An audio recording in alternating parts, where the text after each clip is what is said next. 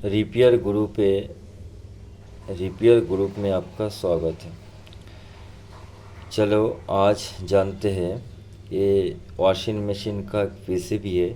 इसमें प्रॉब्लम आ रहा था, जो पल्सेटर है वो एक तरफ घूम रहा है। मतलब अगर वॉश में दे रहा है तो एक तरफ घूम रहा है, स्पिन में नहीं घूम रहा है। तो प्रॉब्लम क्या हो सकता है, ध्यान से सुनिएगा और पूरे वीडियो देखिए, आपको पता चल जाएगा, आपको आइडिया भी मिल जाएगा आपको क्या करना होगा।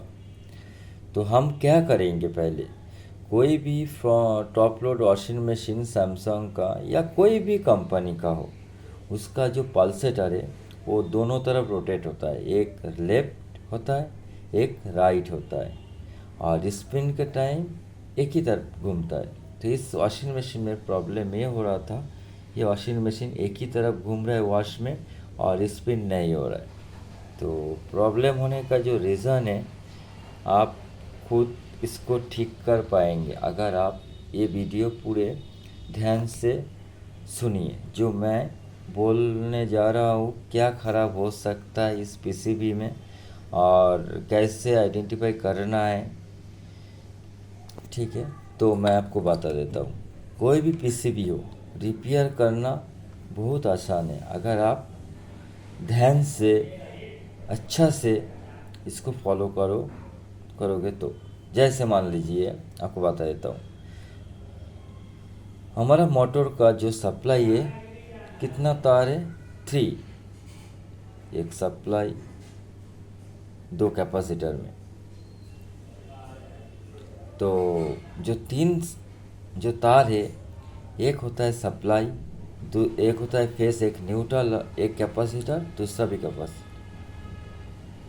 मतलब अगर 3 तार इसलिए है, दोनों तरफ, एक लेफ्ट में रोटेट होता है, एक राइट में रोटेट होता है। मान लीजिए कभी लेड वाला जो वायर में तार में उसमें सप्लाई जाता है, कभी राइट हैंड में जो वायर है उसी में आपको सप्लाई जाता है। तो इसी में जो मोटर है दोनों तरफ घूमता है।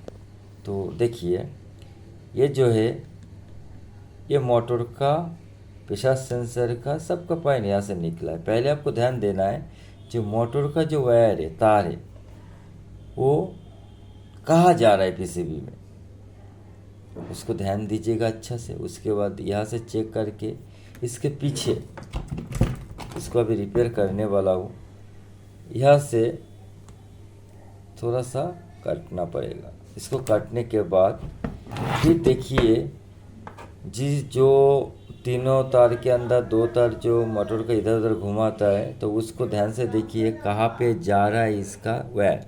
तो उसी हिसाब से इसका जो फॉयल है, इसके पीछे एक चीज़ लगा हुआ, ट्रांजिस्टर। ट्रांजिस्टर का काम क्या है, स्विचिंग करना, जो वोल्टेज को आगे भेजना है। तो ये है ट्रांजिस्टर का काम। ट्रांजिस्टर का मान लीजिए 1 वोल्ट आ रहा है, 10 वोल्ट 220 वोल्ट चाहिए मोटर को चलने के लिए। लेकिन क्या है, ट्रांजिस्टर को 5 वोल्ट, मतलब यहाँ से 1 वोल्ट आ गया, दूसरा वोल्ट आते ही वो एक्टिव होके इसको स्विचिंग कर देगा आगे। इसी के कारण मोटर चलने लग जाएगा। तो आपको ध्यान से देखना है, ज़्यादातर motor rotate right and left नहीं होता है। तो उसको ट्रांजिस्टर चेक कीजिए, उसको मॉसफेट चेक कीजिए, तो आपको आसानी से हो जाएगा ठीक।